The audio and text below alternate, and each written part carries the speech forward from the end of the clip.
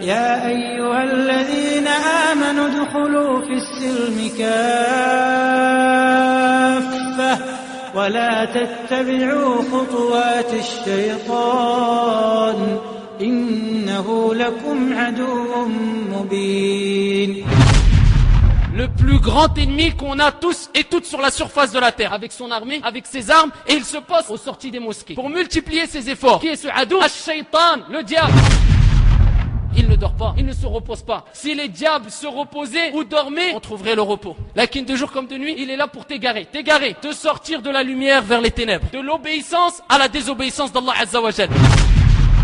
Ash-Shaytan, la'natullahi alayhi, qu'Allah le maudisse. Il entre par des portes, l'association à Allah subhanahu wa ta'ala, al-bid'a, les grands et les petits péchés, le délaissement des œuvres surérogatoires. Et chaque personne a un shaytan qui le suit et qui le pousse à faire le mal jour et nuit. Préserve-toi et prends tes gardes contre le shaytan. Inna ash-shaytana lakum aduwwun fattakhidhuhu aduwwa.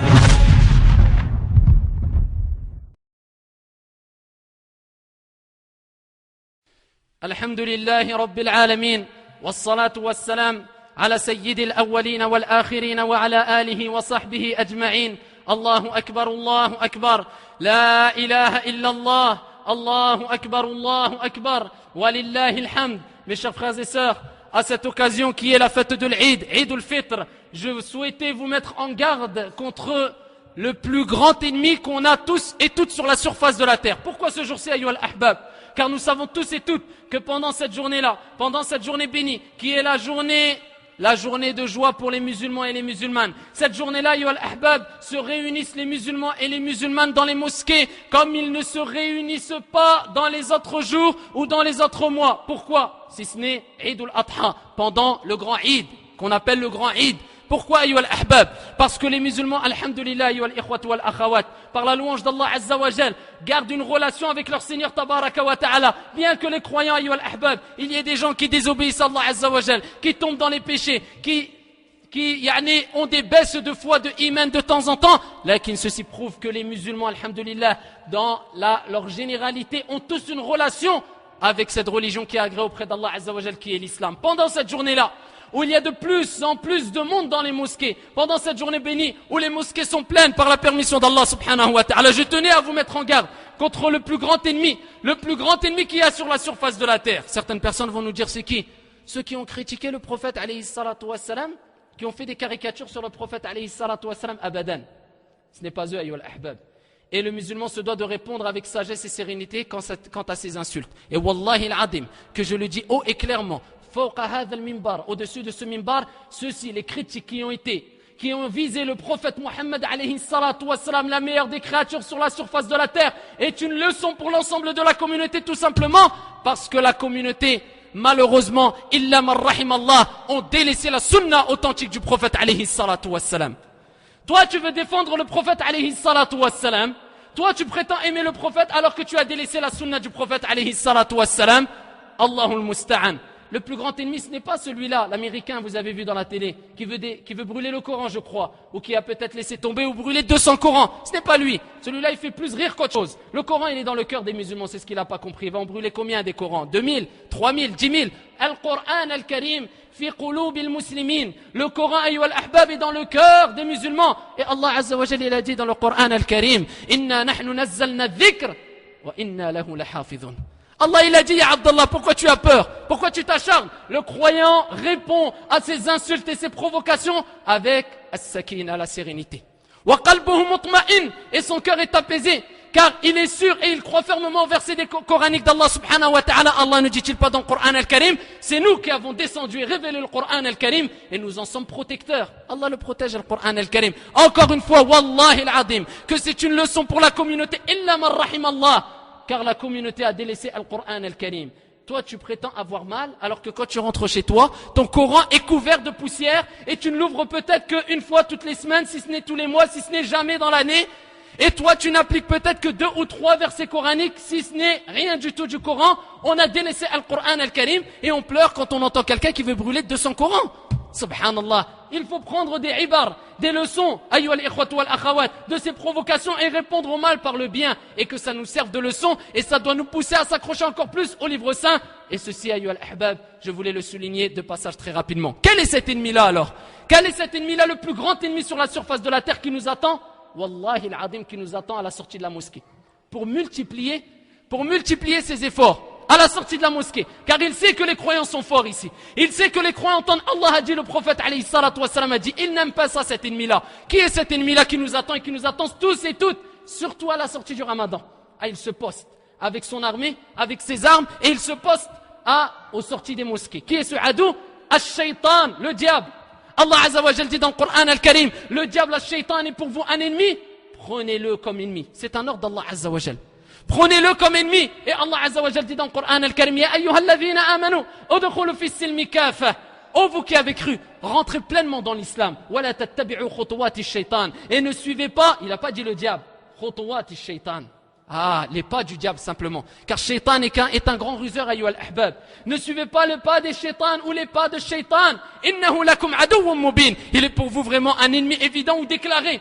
Shaytan est pour nous tous un ennemi, ayyuha al-ahbab. Et qu'est-ce que fait ce shaytan? Il ne dort pas, il ne se repose pas. Comme on dit certains savants et certains salafs, si les diables se reposaient ou dormaient, on trouverait le repos. Lakin de jour comme de nuit, il est là pour t'égarer. T'égarer.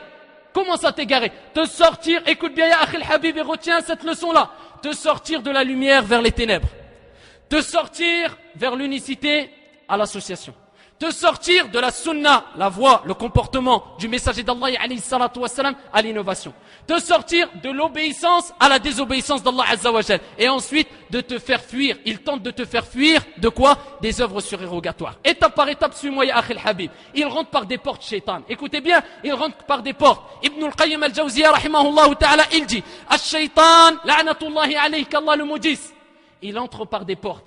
Et parmi ces portes, il y a la première des portes que Shaitan préfère. Et c'est quoi? La porte de shirku billahi azza wa jal. L'association à Allah subhanahu wa ta'ala. Pourquoi?